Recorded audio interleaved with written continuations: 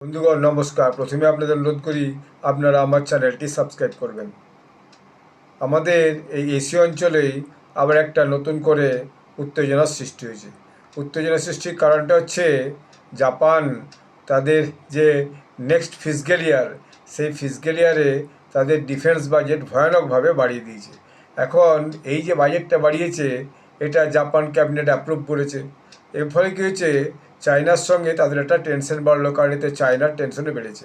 এখন যদি অ্যামাউন্টটা জানতে চান, এই গতকাল শুক্রবার জাপান ক্যাবিনেট তাদের যে বাজেটের 2% জিডিপির, তার মধ্যে ওদের তো মুদ্রা হচ্ছে ইয়েন, ইয়েন 90 ইয়েন, মানে হচ্ছে যে ডলার, ইউএস ডলার 58 বিলিয়ন, এবং 94% bigger than the previous budget.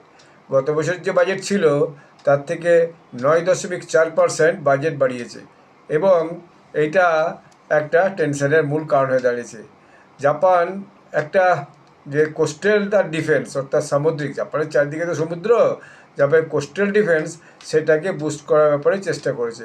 ফলে চীন অর্থাৎ বেজিং টোকিওকে অ্যাকিউজ করেছে যে এটা তারা একটা যুদ্ধাস্ত্র বৃদ্ধি করে চায়নার সঙ্গে একটা ঝঞ্ঝাট শুরু করার চেষ্টা করছে।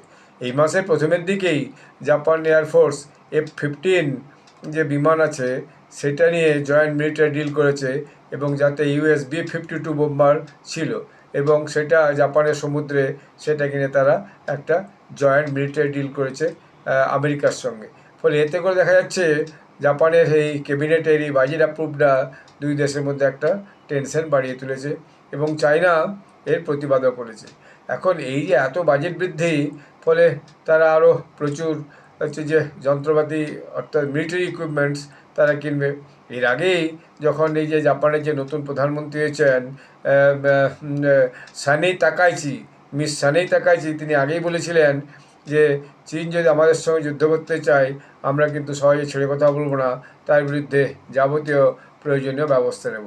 এখন চীন জাপানের যে এই টেনশনটা, এটা আজকের নয়, এটা বহু পুরনো টেনশন। সেই যাকে বলা যায় দ্বিতীয় বিশ্বযুদ্ধের সময় থেকে টেনশন, কারণ সেই সময় জাপান ছিল আগ্রাসী পক্ষে, অর্থাৎ ইতালি, জাপান, জার্মানি, এরাই তো মূল ইয়ে ছিল। ফলে আর মিত্রপক্ষে ছিল চীন শেষ মুহূর্তে। তো ফলে যারা আমেরিকার সঙ্গে যোগ দিয়েছিল, ফলে এই টেনশনটা বরাবরই আছে। আর বিশেষ করে জাপান একদমই চায় না যে চীন ওই যে তাইওয়ান যদি দখল করতে চায়, সেটা কিছুতেই হতে দেবে না, কারণ তাইওয়ান চীন দখল করতে গেলেই জাপানের সঙ্গে সমস্যা পড়বে, কারণ তাদের কাছের দেশ।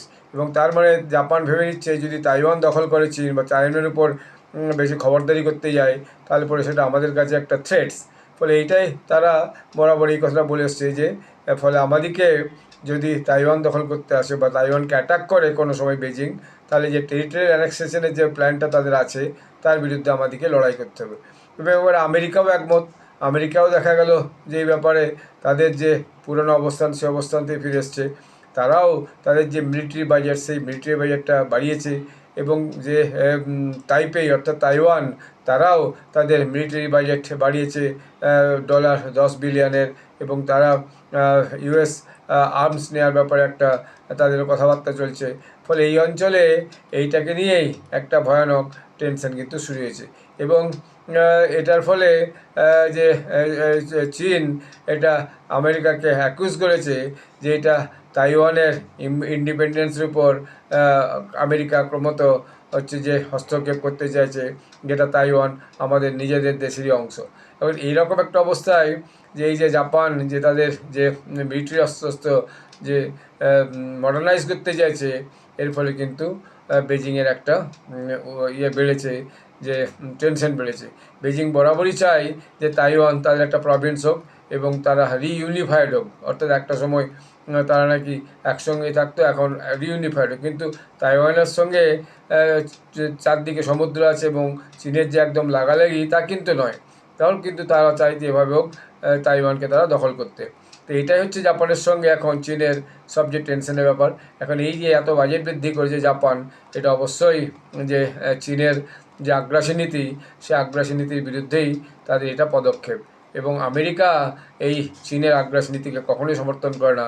তারা সবসময় চায় ওই অঞ্চলে যাতে চীন কোনোভাবেই আর নিজেদের প্রভাব বিস্তার না করতে পারে, বিশেষত তাইওয়ানকে যাতে কোনো কারণেই দখল না করতে পারে। এবং আমেরিকা একরকম একটা কন্ডিশনই রেখেছে যে তাইওয়ান যদি কোনো সময় দখল করতে আসে চীন, অথবা যদি জাপানের সঙ্গে কোনো সময় যুদ্ধ শুরু করে চীন, তখন কিন্তু আমেরিকা জাপান এবং তাইওয়ানের পক্ষ নেবে। ফলে এই অঞ্চলে একটা মস্ত বড় কিন্তু যুদ্ধ, এশীয় অঞ্চলে একটা মস্ত বড় যুদ্ধ কিন্তু শুরু হতে পারে। তো জাপান তার প্রতিরক্ষা বাজেট বাড়াচ্ছে, সেটা অবশ্যই চীনের থ্রেটের জন্যই, এবং চীন আবার এটাকে জাপানের প্রতিরক্ষা বাজেট বাড়ার পরে তাদের এটা নিজেদের থ্রেট বলে চীন মনে করছে।